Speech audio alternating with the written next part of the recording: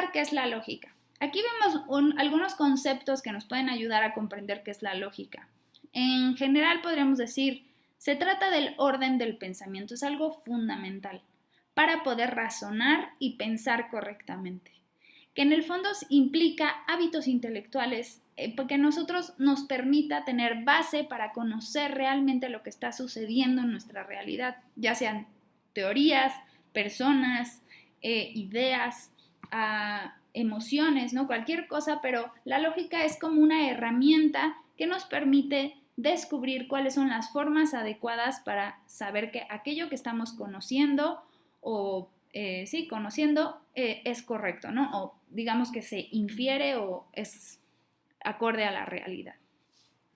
Ahora, ¿qué es la lógica? Digamos que de manera mucho más exacta o de definición, la lógica es la ciencia que estudia el orden de los pensamientos. Por eso en la nube de palabras de la diapositiva anterior vemos que el orden de los pensamientos es una palabra principal, ¿no? Se trata entonces de una ciencia que es una rama de la filosofía, por lo tanto va a la raíz de las cosas. No solamente se queda en metodologías, por así decir, sino que estudia realmente la causa por la cual nosotros podemos decir que estas formas son correctas y no nada más es una metodología, una cosa de métodos o formas y ya. Entonces es una ciencia que estudia la disposición, o sea, se trata de hábitos intelectuales a pensar correctamente, ¿no? Y que yo pueda comprender lo que es el pensamiento y cómo yo puedo lograr razonar con verdad. Este es el punto clave de la lógica. Ahora, ¿qué quiere decir eso de estructura del pensamiento? Cuando yo estoy hablando de estructura del pensamiento, quiere decir que, como ya lo he dicho, se trata de una forma adecuada para descubrir realmente la realidad. Recordemos aquí que estamos hablando del hombre, ¿no? De la persona humana. Y tiene dos capacidades fundamentales que son inteligencia y voluntad. La inteligencia es una parte muy importante para comprender el hombre, pero no se entiende por completo sin la voluntad, ¿ok? Y aquí esta imagen lo identifica muy bien, o sea, es una persona que no solamente ve como objetivo, digamos, la cima de la montaña, sino que ese sería su objeto intelectual, sino que además se pone en camino a realizarlo, ¿no? Busca los medios para realmente llegar a la cima. Algo así podría ser la lógica, ¿no? O sea, es una estructura, busca las estructuras adecuadas para que el hombre pueda llegar a sus objetivos, que sería comprender la realidad, en el caso concreto de la lógica. Entonces, parte también de que el hombre o que la persona es inteligencia y voluntad, implica también que la inteligencia, digámoslo así, que se derrama en la voluntad del hombre o tiene como finalidad que el hombre pueda realmente hacer su vida tal cual quiere, ¿no? Que realmente sea libre. Esto es algo que ya hemos platicado, ¿no? La inteligencia no solamente es un montón de conocimientos, sino que se trata sobre todo de un hábito que permite que el hombre sea libre, que es algo que todos queremos porque la libertad lleva a la felicidad. Entonces, el hombre no está determinado puesto que es libre y esto es algo muy importante porque si el hombre no está determinado por los instintos como los animales, esto significa que su libertad juega un papel importante en la determinación o en el camino que va desarrollando su vida. Y así es como nosotros nos vamos desarrollando por medio de nuestras acciones. De tal forma que no son solamente reacciones, sino respuestas a la realidad a través de nuestra inteligencia, ¿no? Y así vamos pasando por la vida y ya no solamente somos un ser cualquiera, sino que somos unos individuos particulares con metas concretas, con aspiraciones, ¿no? Que son fruto también de lo que nosotros hemos hecho a lo largo de nuestra vida. Entonces, la comprensión de la realidad que me rodea, el análisis de las opciones y la elección son cosas que implican la inteligencia, pero que se muestran o se manifiestan a través de mi voluntad. Por eso inteligencia y voluntad están relacionados. Así pues, cuando yo hablo de la lógica y de cómo la lógica puede estructurar mi pensamiento, Lo que estoy tratando de decir es que la lógica lo que va a hacer es que yo piense lógicamente, porque pensar lógicamente es fundamental para el hombre, porque es descubrir que la realidad afecta mis decisiones, mi vida, mis opciones, y así yo puedo ir decidiendo en cada paso de mi vida de mejor manera a través de una estructura de pensamiento.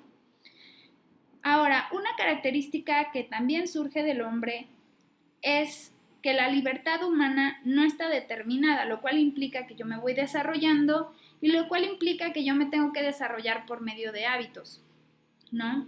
Esto ya lo veremos mucho mejor en ética o persona y libertad, pero los hábitos de hecho son un elemento fundamental para el desarrollo del hombre, porque los hábitos, digamos que son la forma por la cual nos vamos desarrollando, en la cual vamos viviendo.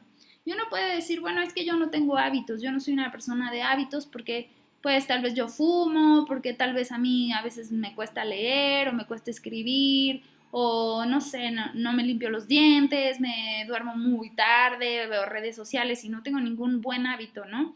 Sí, pero realmente nosotros siempre somos seres de hábitos, siempre estamos desarrollando acciones regularmente, ya sea que, no sé, nos amarremos los zapatos de cierta forma, que veamos a ciertos amigos, que tengamos cierto tono para hablar, que hagamos, no sé, que nos levantemos a cierta hora, si sean a las 11 de la mañana, o que nos levantemos a la hora que sea, no dejemos que la luz nos despierte o lo que sea. Es decir, tenemos ciertos hábitos, incluso el mismo lenguaje, o sea, el poder hablar con otro, aunque no sea de la mejor manera, es un hábito, porque el aprender a hablar implica regularidad en escuchar sonidos, en comprender sonidos, ¿no? Son hábitos. Entonces, realmente todas las personas tenemos hábitos, solamente que hay personas que no tienen los hábitos que quisieran o que pues no son los hábitos mejores, ¿no? O sea, como llegar temprano, como tener energía, o sea, salir a hacer ejercicio, lavarse los dientes, por ejemplo, ¿no? O comer bien o leer. Entonces, bueno, todos tenemos hábitos y justamente lo que hace la lógica es desarrollar unos ciertos tipos de hábitos. En general podemos identificar 3 tipos de hábitos. Los motores, que tienen que ver con el movimiento del cuerpo, ¿no? Con, por ejemplo, la flexibilidad del cuerpo o con la resistencia muscular, ¿no? Estos son motores, porque incluso la habilidad de mover la lengua y hablar es o sea, el hecho de hablar o de mover ciertos músculos tiene que ver con hábitos motores, ¿no? Vamos habituando o disponiendo nuestro cuerpo a ciertos movimientos. Lo segundo serían los hábitos morales. Los hábitos morales son los que de manera significativa se ven en ética, pero tienen que ver con la acción libre del hombre a realizar el bien, ¿no? O sea, hábitos como generosidad, como amistad, como prudencia, ¿no? Sabiduría, son hábitos morales, ¿no? Que pues nos llevan a ser mejores personas en un ámbito espiritual. Y por último tenemos los hábitos intelectuales. Los hábitos intelectuales son los que nos permiten comprender mejor la realidad y que, como ya hemos visto, se desarrollan, por ejemplo, por medio de la lectura y la escritura. En concreto, la lógica trata de fortalecer estos hábitos, los hábitos intelectuales, de tal forma que pues, los hábitos morales sean más fuertes porque están relacionados. ¿Ok? Entonces, bueno, ¿qué pasa aquí? Que los hábitos intelectuales son el objeto principal de la lógica, es decir, cómo una persona puede desarrollar un hábito para pensar correctamente, lo cual implica que desarrolla su hábito intelectual.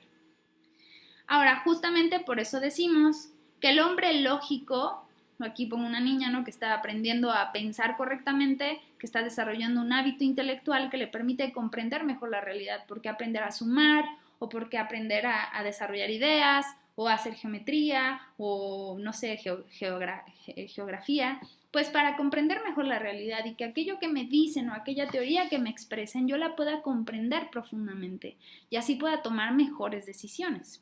¿Ok? Entonces el hombre lógico es aquel que tiene el hábito de pensar correctamente. Y este hábito de pensar correctamente se desarrolla por muchas de las ciencias que nos enseñan en la escuela, ¿no? Incluso aquellas materias, ¿no? que en el fondo nos están enseñando una ciencia, que nos parecen así de, bueno, yo nunca me voy a dedicar a esto, pero nos están desarrollando un hábito para pensar desde esta perspectiva de la vida. Entonces, bueno, es fundamental que nosotros desarrollemos nuestra inteligencia, ¿no?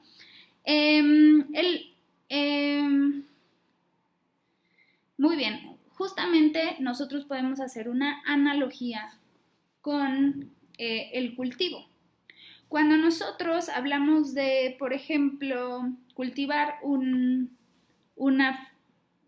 fruto, nosotros tenemos que buscar las condiciones adecuadas para que este fruto desarrolle raíces y realmente dé resultado, ¿no? De un fruto sano, de un fruto fuerte, de un fruto comible, ¿no? Por así decir. Ya sea también el de los chiles o el de los elotes. En ambos casos, pues estamos buscando que se desarrollen raíces y que, por ejemplo, si llega un viento muy fuerte, no se los lleve el viento, ¿no? O sea, no los arranque porque sus raíces están muy debiluchas, sino que se queden ahí fuertes y no se las lleven. Entonces, lo que hace la lógica es cimentar o plantar con mucha raíz nuestros pensamientos, no para que sean como así inamovibles, ¿no? De que nadie me va a hacer pensar de otra forma, sino para que nosotros tengamos la disposición a razonar, es decir, a cuestionarnos por qué es que es así. Y que en todo caso el cuestionamiento nos haga, digamos, cimentar más raíz, ¿no? Porque estamos desarrollando un hábito. Entonces, la lógica lo que sería, lo que sienta es una tierra y unas condiciones adecuadas que nos permita distinguir la verdad de la falsedad, o sea, sienta raíz y que podamos comprender pues realmente cómo se estructura la realidad. Y justamente también tiene una relación con los cultivos, porque los cultivos están expuestos a condiciones, ¿cierto? Y nosotros, de hecho, cada día también estamos expuestos a pensamientos que son distintos a los nuestros, o a que nos hagan preguntas sobre los nuestros que tal vez no están tan seguros en nosotros. Entonces, lo que nos propone la lógica, digámoslo así, es como una especie de metodología o de estructura que nos permita cuestionarnos la realidad correctamente, es decir, esto que yo pensaba tal vez estaba mal porque yo no lo pensaba lógicamente, no lo cuestionaba racionalmente, pero ahora sí, entonces ahora, digámoslo así, que no me lleva el viento, ¿no? Y digamos que me permite pues comprender mejor la realidad. El hábito de pensar correctamente, bueno, aquí también les pongo los 3 cochinitos, ¿no? Que es, digamos, o sea, ¿qué pasa con las 2 primeras casas? El lobo llega, se las lleva porque no tienen cimientos, las maderas no tienen clavos, la paja pues no tiene ningún tipo de estructura, y lo que propone la lógica es justamente cimentar, hacer fuerte nuestro hábito, como cuando vamos al gimnasio y al principio tal vez no aguantamos nada, ¿no? No aguantamos, digámoslo así, ni una varita, ni un lapicero. Y estamos tan debiluchos que cualquier cosa, digámoslo así, llegamos al gimnasio de la lógica y creemos todo, como si fuéramos unos niños. Y entonces vamos desarrollando, empezamos como paja, ¿no? Creemos todo, que todo se sostiene, pero después nos damos cuenta que no es suficiente. Entonces la lógica nos proporciona las herramientas adecuadas para que aquello que creamos esté cimentado, que tenga conexión con la realidad, ¿ok?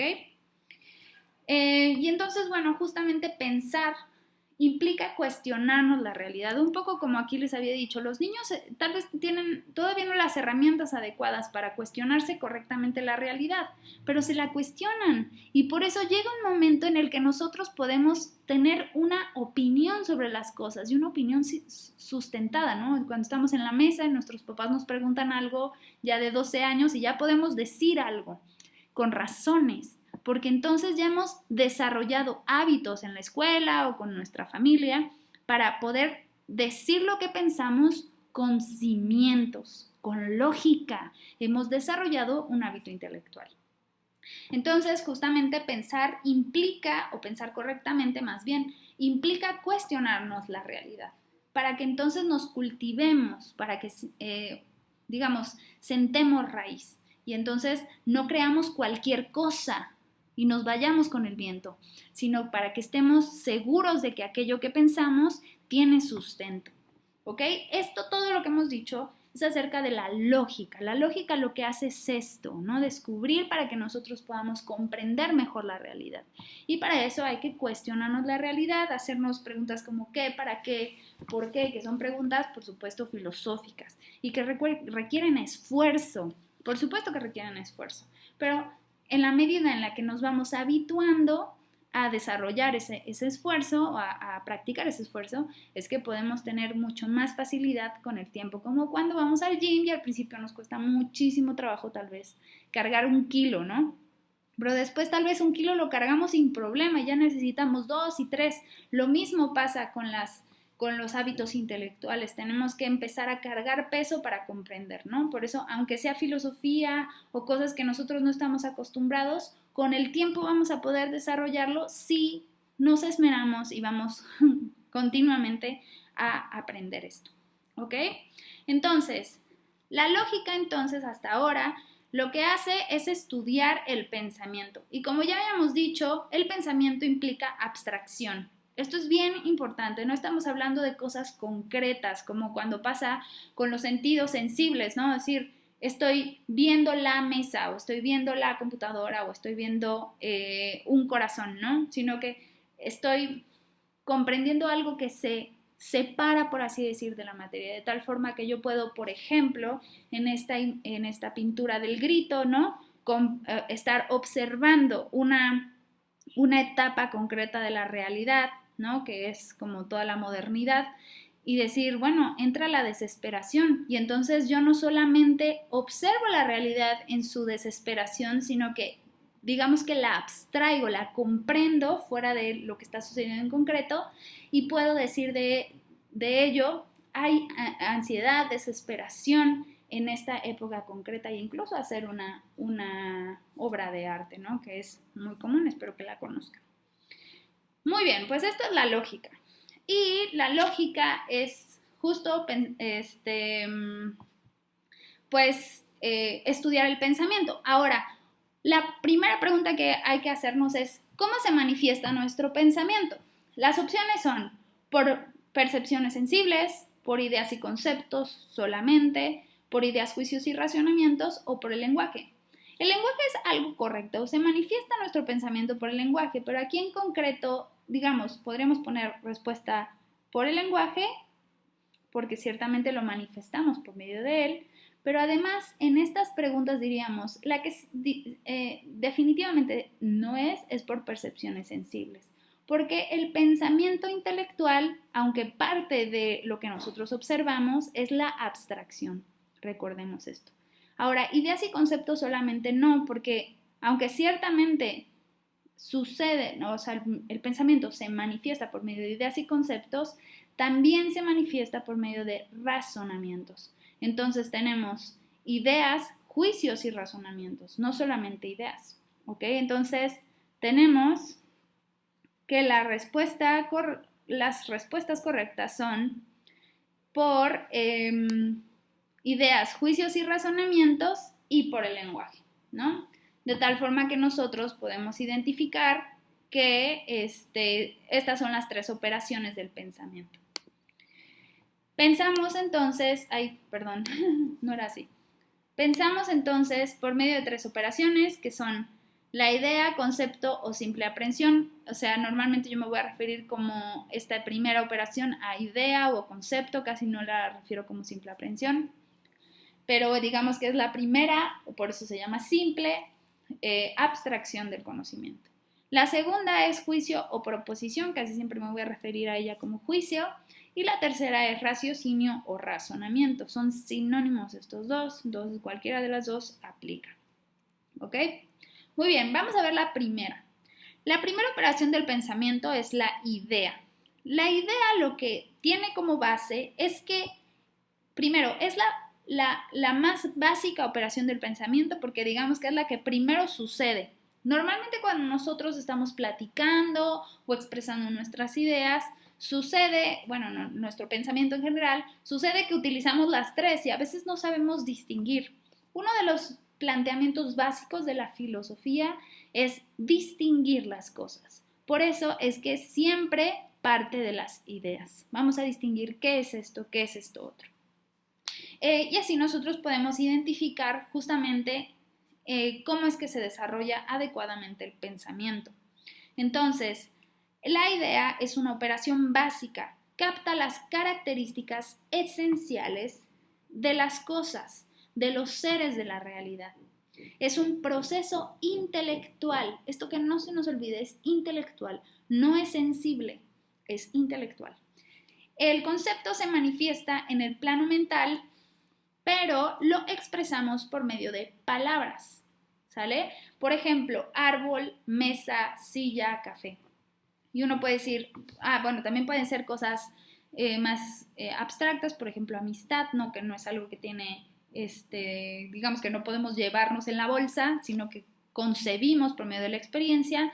Y también cosas complejas pero imaginarias, como es el unicornio, ¿no? Es decir, el unicornio lo imaginamos a través de un cuerno y un caballo, pero realmente no existe. Entonces, bueno, podemos imaginarnos cosas que realmente existen, cosas que son reales pero abstractas y cosas que son irreales y bueno, abstractas. Un ejemplo de esto, o sea, porque a veces la palabra, decir, se expresa por medio de palabras, es un poco complejo, ¿no? Es decir, ajá, o sea, árbol, pero ¿eso qué quiere decir? ¿Solo la palabra es un concepto? Y bueno, sí, pero implica un proceso intelectual. Este proceso intelectual que nosotros podemos identificar, por ejemplo, cuando vemos un niño que está llorando y está pidiendo mamá. Todavía no sabe hablar muy bien, todavía no comprende muchas cosas de la realidad, pero cuando dice mamá, el niño capta la esencia de mamá, comprende la esencia de mamá, que está diciendo, o sea, mamá me va a dar cariño, me va a dar comida, me va a dar calor o me va a dar abrigo, ¿no? O me va a sanar. Eso comprende el niño, comprende la esencia, digámoslo así, de mamá. Tal vez no comprende si mamá tiene el pelo color café, o si tiene los ojos color negro, o si tiene tez blanca, o no sabe decir algo más sobre su mamá, pero comprende las características esenciales. Algo así es el concepto o la idea, es captar lo que significa algo, ¿sale? Una de las expresiones del concepto es la definición. De hecho, a partir del estudio del concepto es que nosotros podemos llegar a definiciones adecuadas, ¿no? Que tiene pues ciertas reglas que hay que seguir. Entonces, para nosotros comprender lo que es el concepto, tenemos que distinguir dos propiedades del concepto. La primera es la comprensión. La comprehensión, que se escribe con H intermedias, es esta propiedad que distingue las características esenciales de un ser o de un grupo de objetos. Y la extensión refiere al conjunto de seres que, por así decir, caben en un concepto o conjunto de conceptos. Esto como no, o sea, uno puede decir, no entiendo nada, ¿no? O sea, ¿esto qué quiere decir? Bueno, vamos a ver un ejemplo para esto. O sea, comprensión sería los conceptos que identifican, las palabras que identifican a un ser, ¿no? Como características esenciales. Y la extensión sería de cada uno de esos conceptos o conjunto de conceptos qué seres podemos identificar con ellos. Esto parece un poco complejo, pero vamos a hacer un ejercicio. Vamos a ver, ¿qué podemos captar de este reloj? Podríamos decir, es un objeto, mide la hora, tiene manecillas, es de metal, es de mano, ¿no? Es de cuero, tiene marcados los números de las horas, es de tal marca, ¿no? Mide la presión. Sí, podemos identificar muchas características.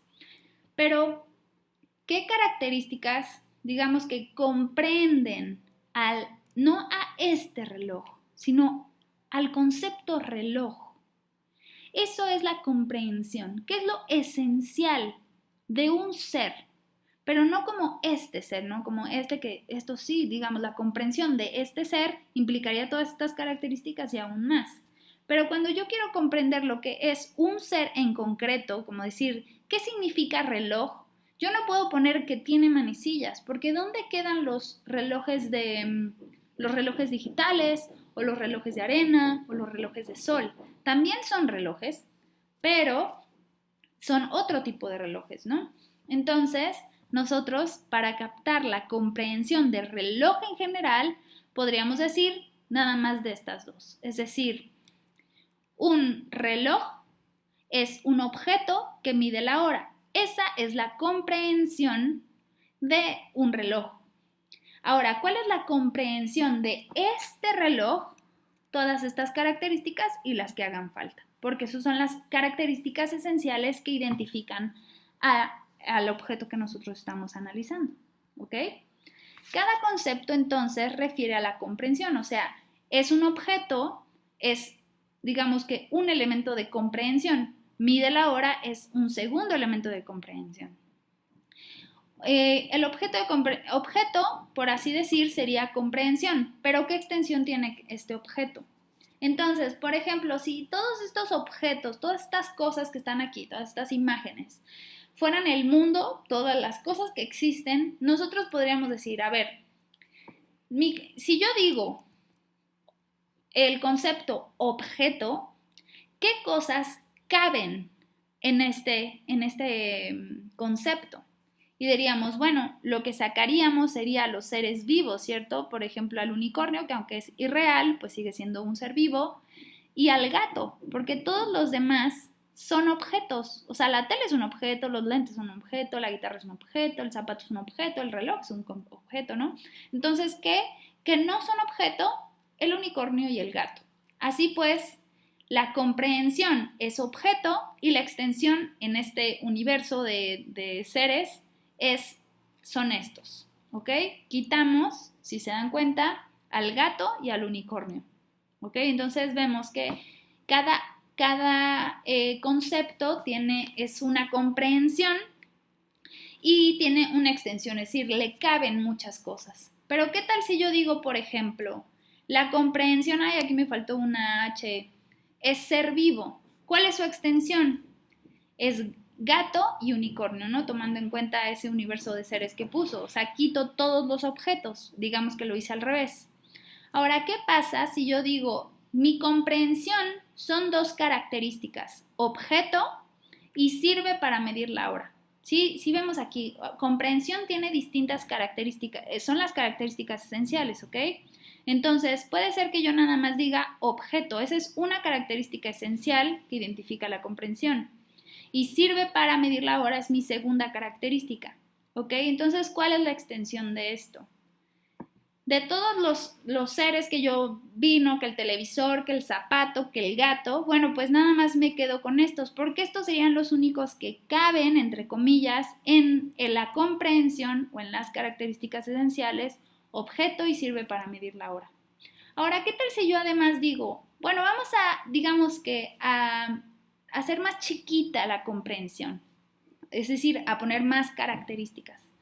Lo que voy a hacer es decir, primera característica, objeto. Segunda característica, sirve para medir la hora. Y tercera característica, lo hace digitalmente. ¿Cuál es la extensión de esto en el universo de seres que puse? Pues nada más me queda porque si recordamos, no, me falta todavía bueno, pues sí hay otros relojes, pero el único que lo hace digitalmente es este. Y no puse el celular porque no sirve para eso, no tiene como finalidad otra, no solamente medir la hora. Muy bien, pues digamos que lo que vemos aquí es que hay una relación entre la comprensión y la extensión. Entre menos comprensión significa que tengo menos características. Por ejemplo, en el caso de objeto, tengo una sola característica esencial y así tengo menos comprensión. Y si tengo más comprensión significa que tengo más características. Por ejemplo, objeto que sirve para medir la hora digitalmente. Tengo más características y la extensión significa que menos extensión significa menos individuos caben en el concepto y más extensión significa que más individuos caben en el concepto. Entonces, la ley de variación inversa en términos de comprensión y extensión significa a medida que la extensión de un concepto aumenta, o sea, que caben más, significa que disminuye la comprensión y viceversa. Y lo vemos muy bien, ¿no? Decíamos, por ejemplo, objeto y cuántas cosas nos cabían. O sea, tenemos la imagen general, ¿no? Que está ahí, que está aquí. Tenemos todos estos seres. Y si yo digo la comprensión objeto, que es una sola característica, o sea, tengo menos comprensión, entonces tengo más extensión porque me caben un montón de cosas, me caben todos estos, ¿cierto? En cambio, si yo digo objeto que sirve para medir la hora digitalmente, o sea, tengo 3 características de comprensión, o sea, aumenta mi comprensión, entonces, de todos esos, nada más me queda uno, es decir, le caben solamente uno. Así sucede que entre menos comprensión, más extensión. Y entre más comprensión, o sea, más características, menos individuos le corresponden al concepto. Otro ejemplo puede ser, si yo le pregunto a alguien, ¿quién te gusta?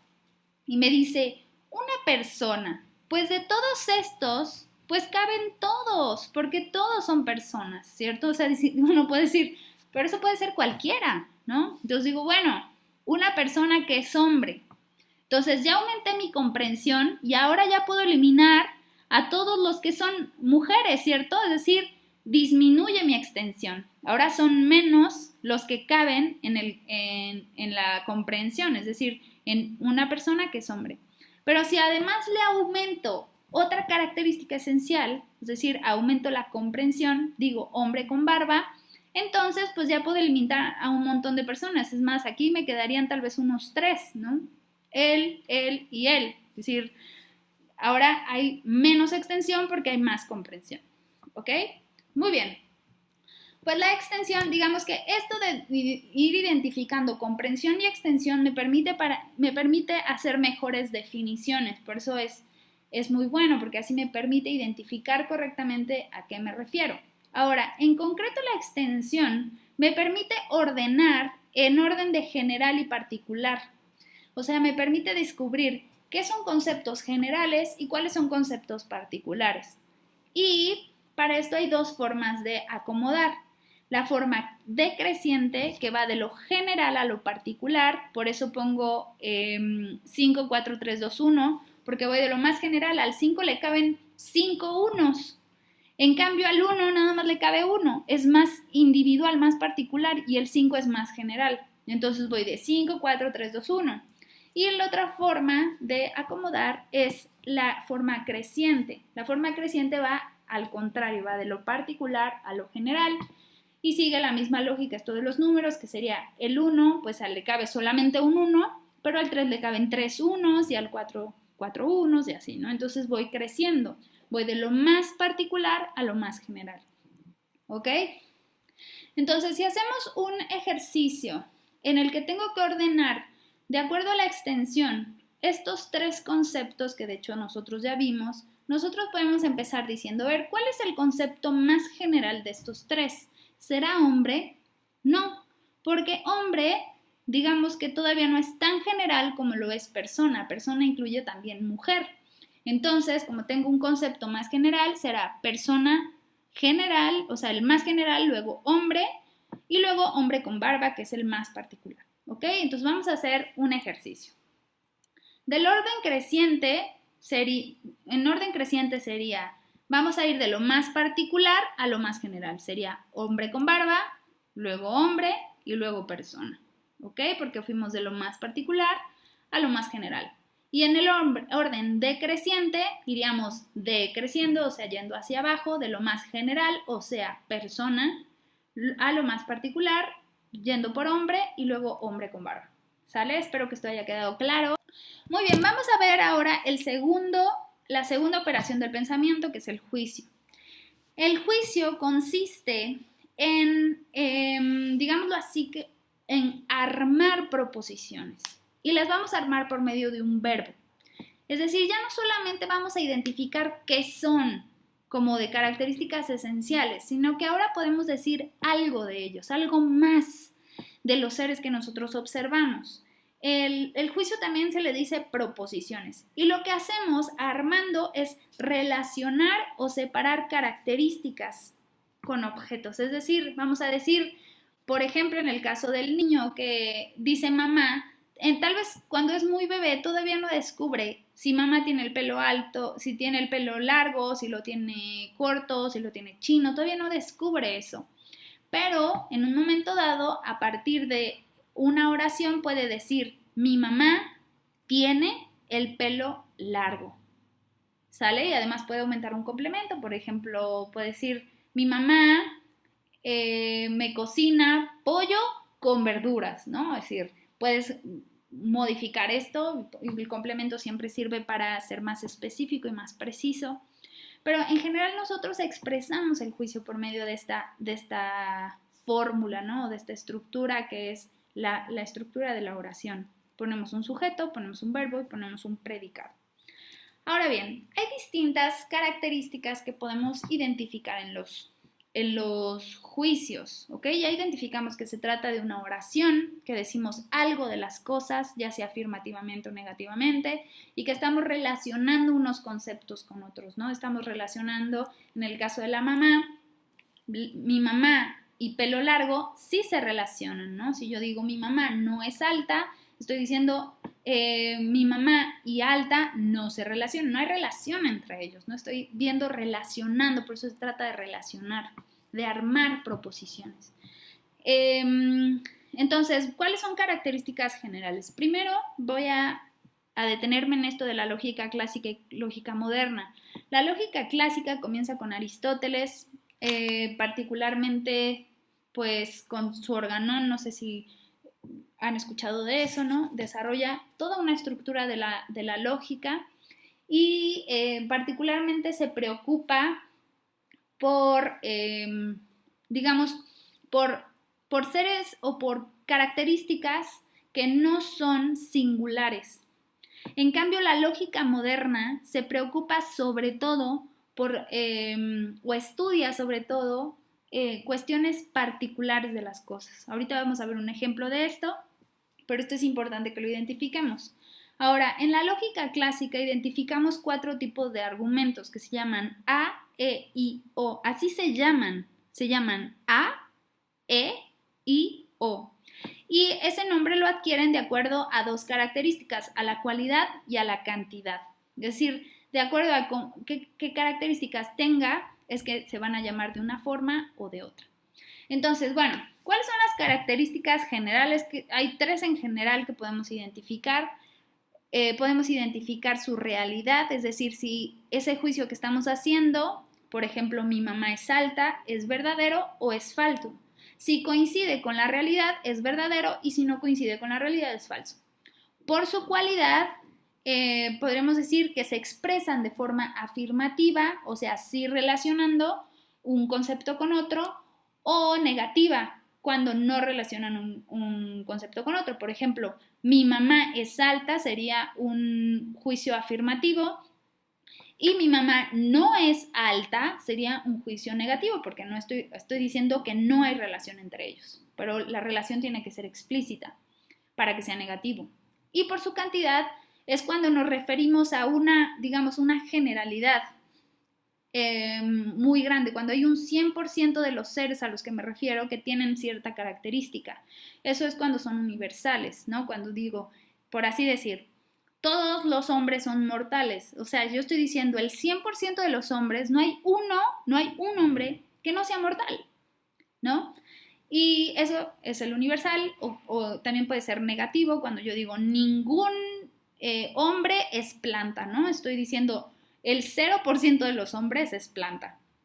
Y en el caso de los particulares es cuando solamente algunos, puede ser del 1% al 99%, digamos que tienen cierta característica. Por ejemplo, decir algunas plantas son árboles, ¿no? Es decir, algunos vegetales son dulces, ¿no? Si realmente estoy diciendo solamente algunos, y esto también se puede expresar de manera negativa, ¿ok? Regularmente la lógica clásica identifica estas 2 características, también esta con las tablas de verdad, y la lógica moderna se preocupa sobre todo por los juicios singulares. Los juicios singulares son aquellos que no es como algunos seres son así, sino este ser en concreto es así. Por ejemplo, la lógica clásica se preocuparía por algunos profesores son buenos, y la lógica moderna diría Miss Rosy es muy buena profesora, o sea, se preocupa por el caso concreto, ¿no? Y bueno, hay 4 tipos de juicios en este caso, que serían conjuntivo, disyuntivo, condicional o simple. Aquí les voy a poner un ejemplo de cómo funciona particularmente considerando cualidad y realidad. Yo diría, Estocolmo es la capital de Suecia. Esta tendría una cualidad afirmativa porque estoy relacionando que Estocolmo y capital de Suecia sí tienen relación. Y además, si yo analizo este juicio, yo digo, esto es cierto, porque en efecto, Estocolmo es la capital de Suecia. En un segundo ejemplo, si yo digo Estocolmo no es la capital de Suecia, lo estoy expresando de tal forma que no estoy relacionando la capital de Suecia con Estocolmo, lo cual hace que la cualidad del juicio sea negativo, pero la realidad sea falso, porque en efecto Estocolmo es la capital de Suecia, entonces si yo digo que no es, eso es falso. En tercer lugar, puedo decir, Estocolmo no es la capital de México, tengo un juicio de cualidad negativo porque estoy diciendo no hay relación entre capital de México y Estocolmo, pero esto de hecho es verdadero. Vemos aquí que justamente falso no quiere decir que sea negativo, ¿ok? Sino que tiene que ver con otra característica del juicio. Y verdadero no es afirmativo porque, bueno, por ejemplo, en este caso, que tengo que Estocolmo no es la capital de México, es un juicio negativo, pero verdadero, ¿no? Y así puedo ir diciendo Puebla es la capital de Suecia, que está expresado de manera afirmativa, pero que es falso, y Puebla no es la capital de Suecia, está expresado de manera negativa, pero es verdadero. Estas cuestiones ya las vimos. Un ejemplo de esto sería, las ballenas son tiburones. Aquí vemos que por su cualidad es afirmativo y por su realidad es falso, porque realmente las ballenas no son tiburones. Las ballenas no son tiburones sería negativo por su cualidad y verdadero por su realidad. Los perros son mamíferos sería afirmativo por su cualidad y verdadero por su realidad.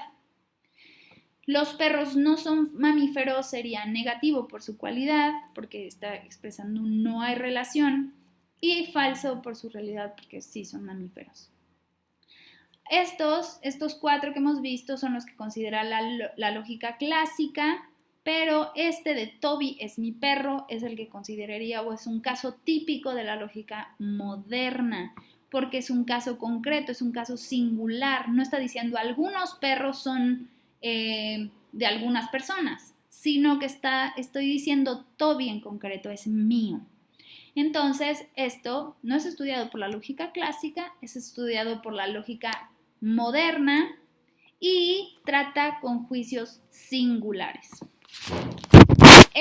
Ahora, de parte de la lógica clásica nos lleva a decir ¿cómo está eso que habíamos dicho de que hay A, E y O, ¿no? O sea, digamos que aquí no se complicaron tanto la existencia. La cosa va así.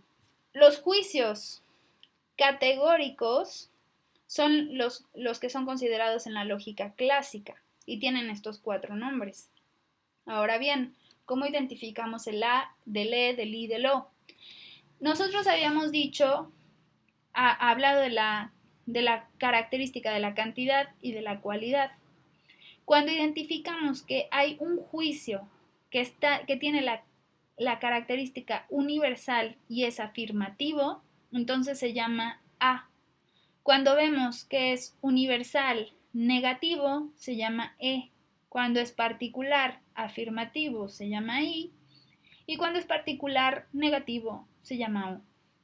Por ejemplo, del A sería todo sujeto es este predicado, ¿no? Todo hombre es mortal. Tiene la característica todo y además está expresado de forma afirmativa. Cuando yo digo ningún animal es planta, estoy diciendo no hay relación entre ninguno, o sea, aquí debería de haber un 0, aquí me equivoqué, perdón. Aquí debería de haber un 0, no hay ninguna relación entre este sujeto y este predicado. Y este se llama E, después alguna ballena es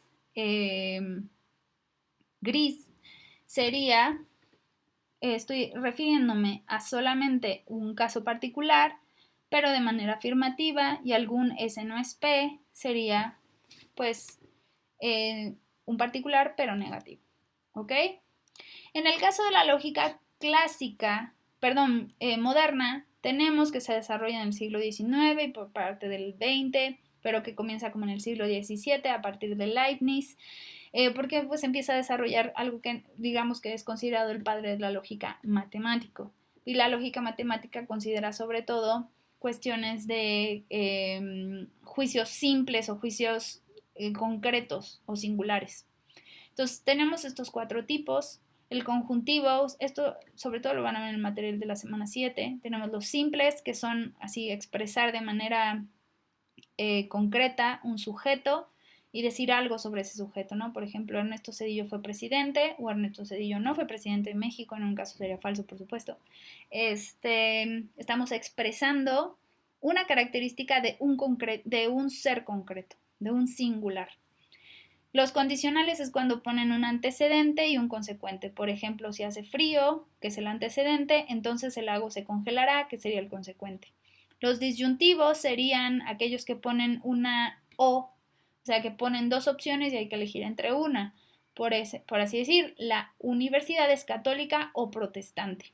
O sea, tengo que elegir entre una y otra, no puede ser las 2 cosas a la vez. O estudia CIPOL o estudia mercadotecnia. Y los conjuntivos son aquellos que se caracterizan por unir por así decir, dos juicios simples en uno. Y que se identifican por tener la letra I. Por así decir, diríamos, hoy es viernes y es mes de marzo. Esto, por supuesto que en parte es verdad, porque sí es viernes, pero no es mes de marzo, entonces sería falso. Pero el conjuntivo, digámoslo así, no le interesa tanto la verdad, sino la estructura, que tenga una I y que conjugue 2 cosas. Dice, a la vez estoy estudiando y trabajando. Esto es un ejemplo del conjuntivo. Ok, entonces tenemos aquí cuáles son los juicios y para ello un quiz rápido, es decir, ¿qué estudia la lógica? Como para repaso, porque esto es algo que estamos viendo en la semana 7. Entonces, ¿qué estudia la lógica? Entre estas 3 opciones, ¿cuál vamos a elegir? Dice, el orden del pensamiento para lograr un razonamiento correcto y verdadero, o el orden de las acciones para lograr una vida buena y feliz, o el orden de las proporciones para lograr una disposición a la belleza. La respuesta correcta, por supuesto, es el orden de los pensamientos para lograr un razonamiento correcto y verdadero. Ok, muy bien. Pues, ahora, ¿qué es el concepto? El concepto es, vamos a ver cuál de las 3 opciones es. Dice, es una operación del pensamiento que consiste en captar la esencia de los seres. Es una operación del pensamiento que consiste en relacionar conceptos o es una operación del pensamiento que consiste en inferir conclusiones. La respuesta correcta sería captar las esencias de los seres. Muy bien. Y en tercer lugar, Y en tercer lugar, vamos a hacer una tercera pregunta que es, ¿qué es el juicio? Tenemos las mismas 3 preguntas, ¿no? Ya dijimos que si el concepto es captar la esencia, entonces nos quedan estas 2 preguntas, o estas 2 respuestas. El juicio es una operación del pensamiento que consiste en relacionar conceptos o en inferir conclusiones. La respuesta correcta, como bien saben, es que el juicio es el pensamiento que consiste en relacionar conceptos. Muy bien.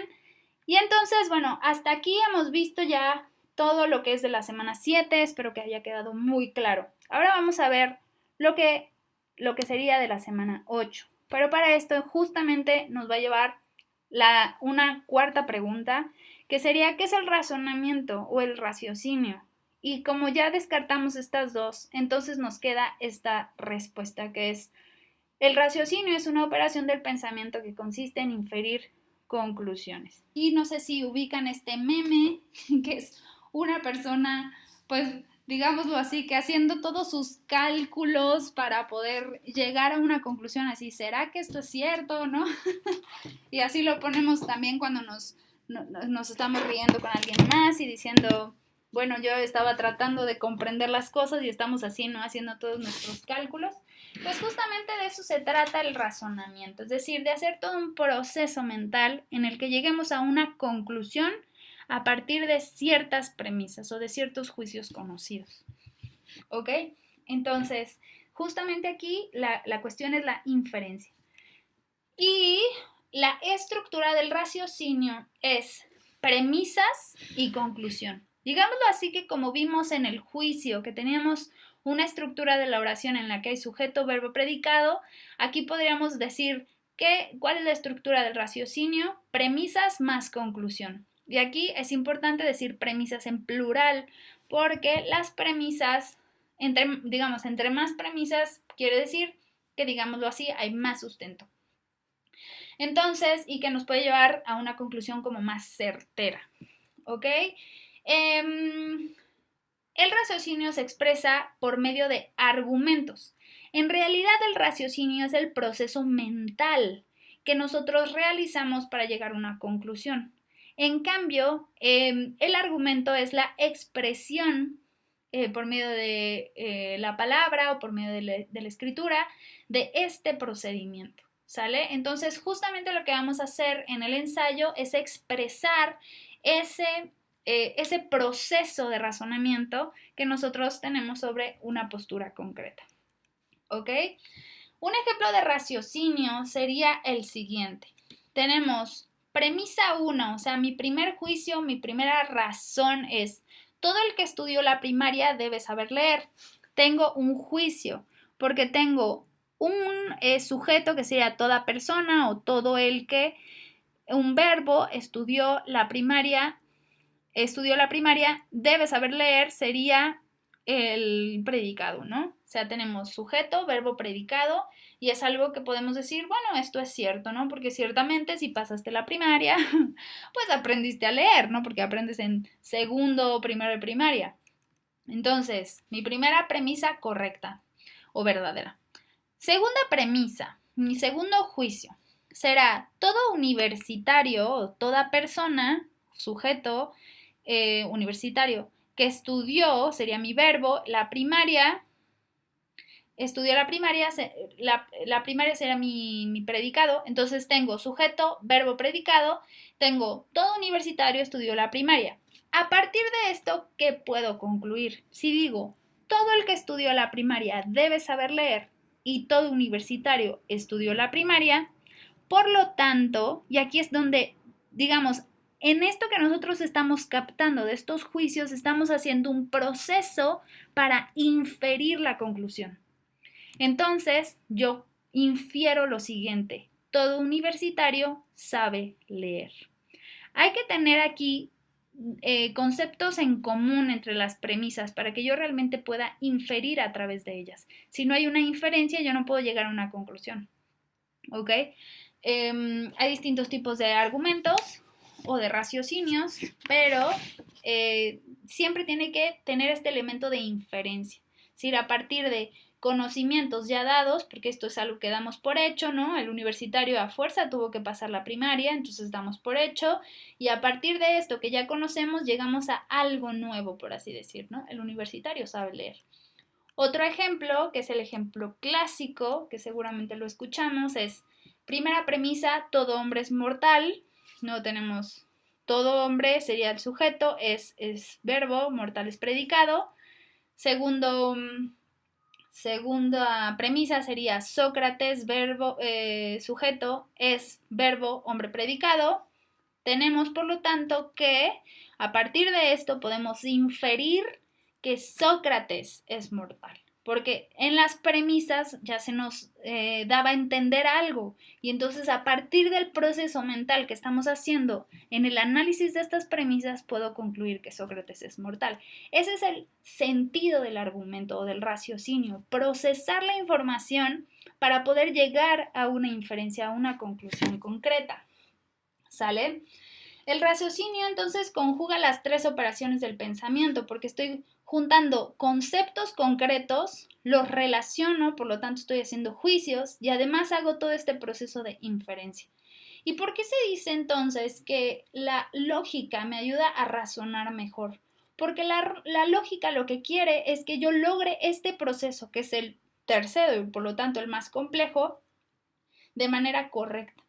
Y esto es por lo que nosotros nos movemos en la realidad. En el fondo, cuando tomamos decisiones, cuando estamos decidiendo cosas, estamos haciendo razonamientos, haciendo premisas, infiriendo de esas premisas para llegar a conclusiones que nos van a llevar a tomar decisiones. Entonces, pues es bien importante que nosotros aprendamos a razonar, no solamente a comprender conceptos o a hacer juicios, sino a razonar. Ahora bien, resulta también que nosotros, pues ciertamente, particularmente en esta semana 8, vamos a hacer como digámoslo así, como esta estructura. Pero ¿qué pasa?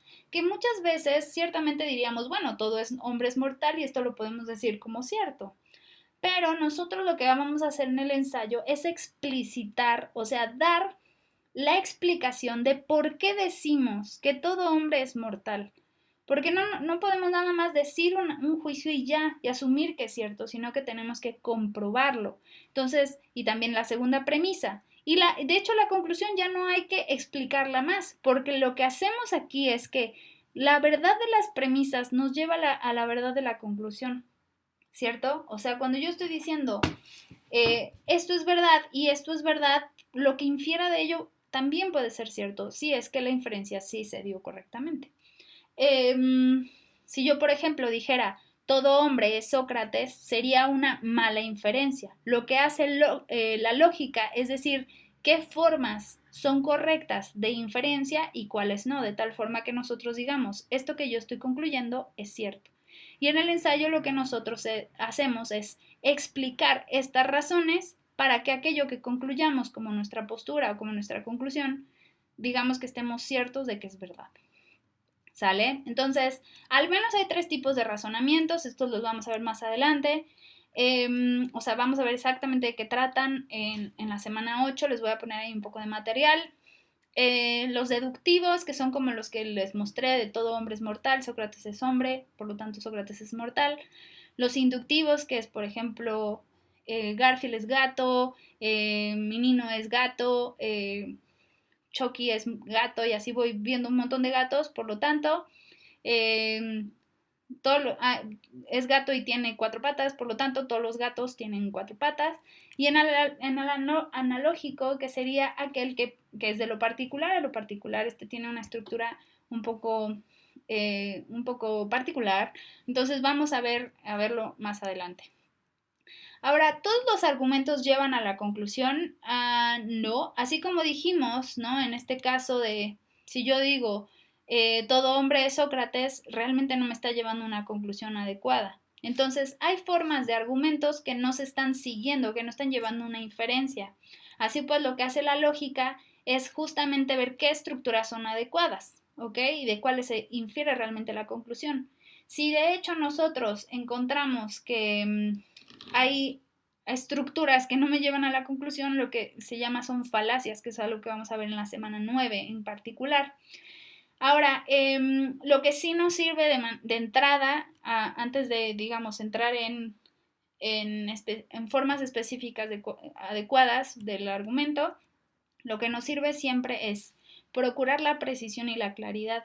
La precisión y la claridad son elementos básicos para que nosotros podamos no caer en falacias o en errores de argumentación o de razonamiento.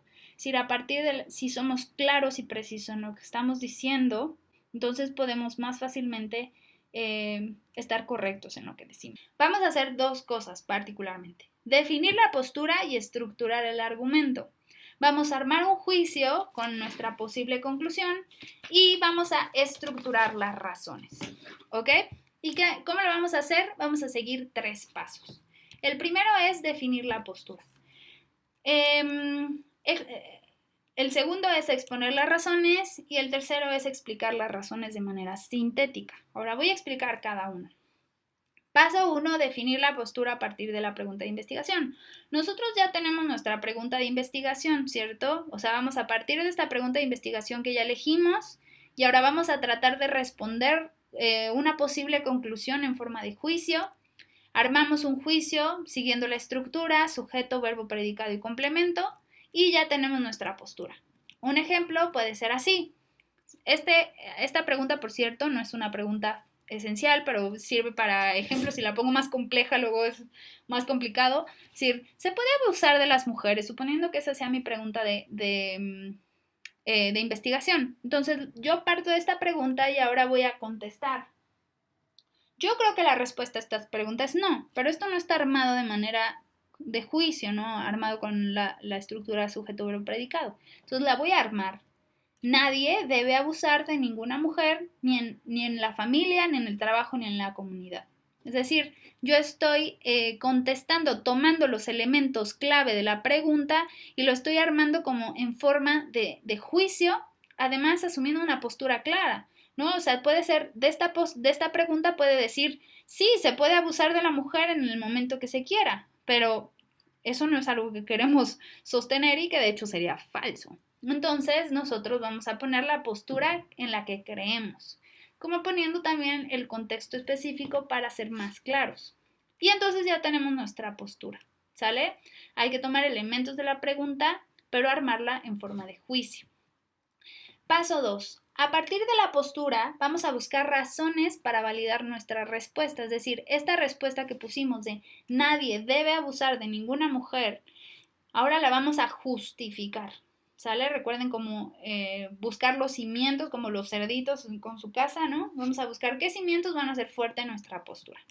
Entonces, vamos a buscar razones, luego cada razón será una premisa, y luego vamos a usar el esquema de pescado para estructurar nuestras premisas. Aquí me sobra una S, y ya tenemos nuestro esquema. ¿Qué es eso del esquema de pescado? El esquema de pescado es esto. Este esquema se utiliza sobre todo en industrias para resolver problemas concretos. Entonces ponen un problema, por ejemplo, que tienes números rojos en Harley Davidson y entonces pones tres cosas que debes mejorar para poder subir o cambiar de números rojos a números normales, ¿no? A números positivos y aquí en competencias. ¿Por qué? Porque necesitamos nuevas marcas, hay nueva tecnología. En mala calidad, pues a veces no somos tan buenos en ensamblaje, hay fallas técnicas, hay rezago tecnológico y en poca experiencia de nuevos dueños, pues hay falta de estrategia, bla, bla, bla, ¿no? Entonces, justamente lo que nosotros vamos a hacer es poner nuestra postura aquí, razón 1 aquí, y cada una de los subtemas o de las explicaciones en como las ramitas. Estas se llaman costillas, por así decir, del pez. Y aquí vamos a poner premisa 1, premisa 2, premisa 3 y vamos a poner también una premisa 4. Tenemos que poner 4 razones en nuestra postura, ¿sale? Y aquí normalmente en la cola se pone el contexto o algún tipo como de introducción, ¿no? Que ayude a la comprensión, pero que no sea parte de las premisas. Entonces, vamos a poner un ejemplo. Postura. Nadie debe abusar de ninguna mujer, ¿cierto?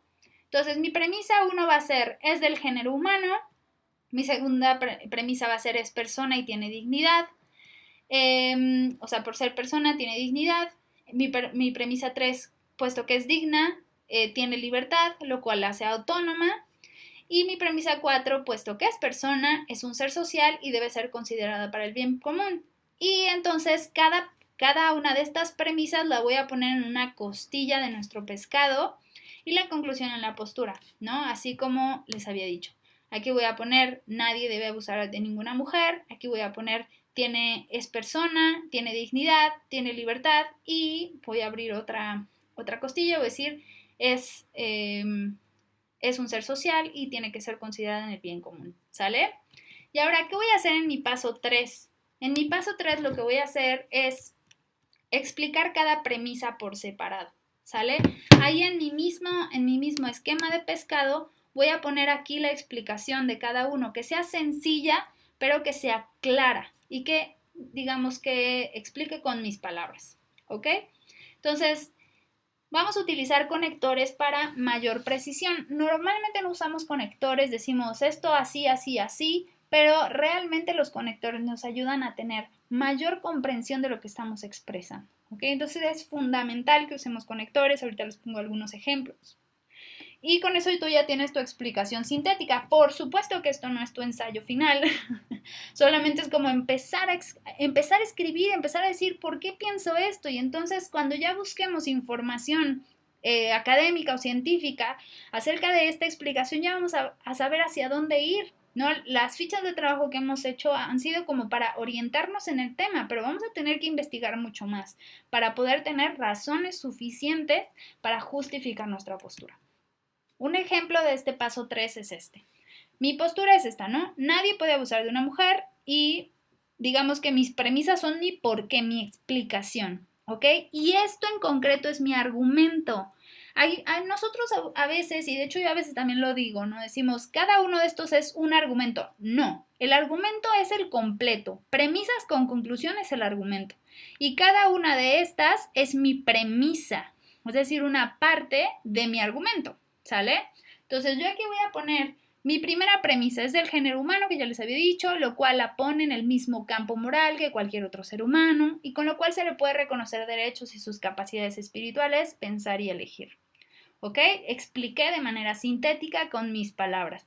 Después yo con el tiempo voy a ir buscando más información, voy a expandir esta explicación para que quede lo más claro, porque ahorita dices, bueno, sí es cierto, pero tenemos que explicar lo más claro posible.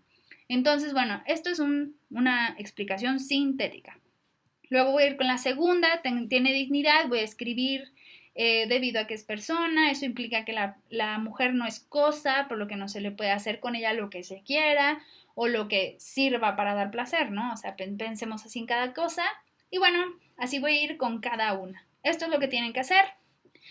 Y algo importante aquí les voy a identificar también, otro ejemplo es marcando los conectores. Los conectores son palabras que nos ayudan a conectar ideas y a ubicarlas exactamente en donde van en el texto. Por ejemplo, mi segunda premisa es que tiene dignidad. Entonces, pongo en segundo lugar, que esto me ayuda a ubicar esquemáticamente en el esquema en dónde está esta premisa. Luego pongo porque, diciendo la razón directa, tiene dignidad la mujer. Es bien sabido que todas las cosas del universo tienen valor porque efectivamente tienen una razón de ser por la que se les valora y aprecia. Normalmente aquí ponemos coma, aprecia. No, usemos conector, usemos y. Existe esta palabra que sirve para eso, ya que sirven para algo.